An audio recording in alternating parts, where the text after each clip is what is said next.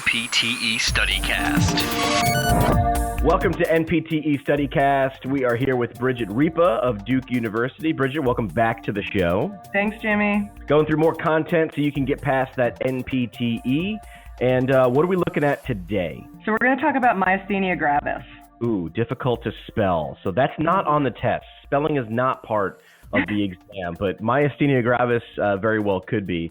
So in the neuro area, and let's go over the pathology. Just describe it real briefly. Sure. So it's a chronic autoimmune neuromuscular disease. So the biggest thing about myasthenia gravis is that it's characterized by varying degrees of weakness of the skeletal muscle. Typically, the hallmark signs are fluctuating fatigue and strength. Dead giveaway right there. Exactly. And the big thing, even more so, is that weakness and fatigue increase during activity with these patients, but then gets better once they rest. Perfect. Those are the things you're going to listen for during either an evaluation or while you're reading a test question for that. That's the hallmark sign. Anatomy.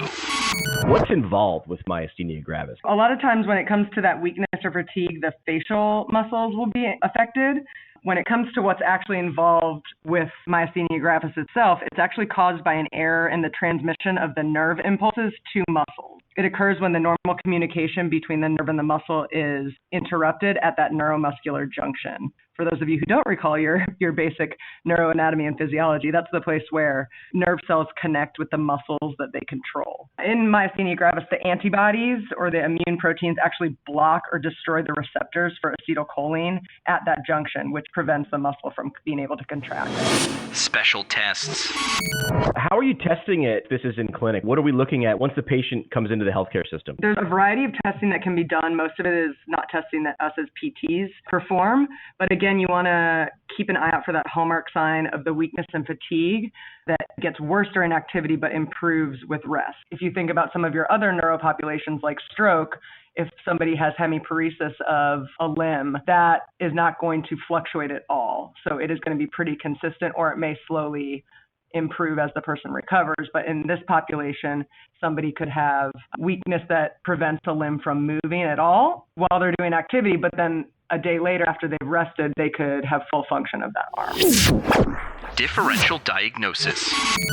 All right, so while we're not doing the testing, we might be able to differentially diagnose. So what are some things that look similar? Botulism, myopathies, or there are certain disorders that limit eye movements. The facial muscles are involved, so a lot of times people who have myasthenia gravis have decreased oculomotor abilities. Any of those types of disorders that affect the upper brainstem or the cranial nerves or the neuromuscular junctions.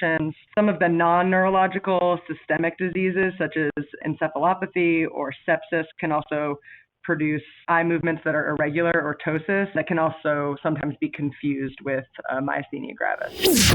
Treatment examples. Once you've got someone on your caseload or you're looking at a test and you know it's myasthenia gravis, and treatment examples, what are you going to work with as a physical therapist? It's important to know that medically these people are typically managed with corticosteroids or immunosuppressants. So knowing how those medications will affect somebody who's exercising is important. A lot of PT treatment is focused on education, and we're going to be educating these patients on different energy conservation techniques, but then you're just going to treat the deficits as you see them, right? Like any other patient. Treat what you see. Exactly. What to know for the test. We always like to show how it might show up, something that they're going to focus on in terms of a question, or how it might appear on the NPTE. I would imagine because myasthenia gravis is not a super common condition, there won't be a ton of content about it. But again, remembering the hallmark signs, that weakness and fatigue that increases with activity and improving with rest will probably be something that's targeted in a question. Perfect. All right, that's myasthenia gravis for the NPTE StudyCast. Hard to spell, but spelling not on the test. Thanks, Bridget. Thank goodness. Yep, thank you. NPTE StudyCast. Brewed by the PT Pintcast.